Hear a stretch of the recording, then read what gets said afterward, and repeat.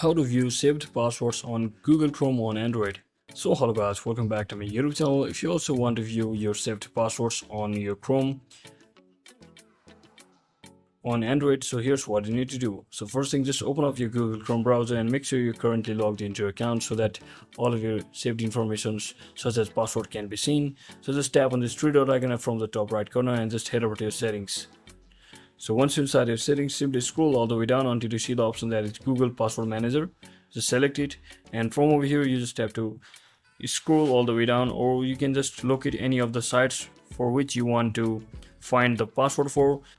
So let's say I want to find the password for this particular site over here, and I will simply select this view button to successfully view all of the password regarding that particular website. So that's it for today guys. Thanks for watching. Don't forget to like and subscribe. See you on the next one.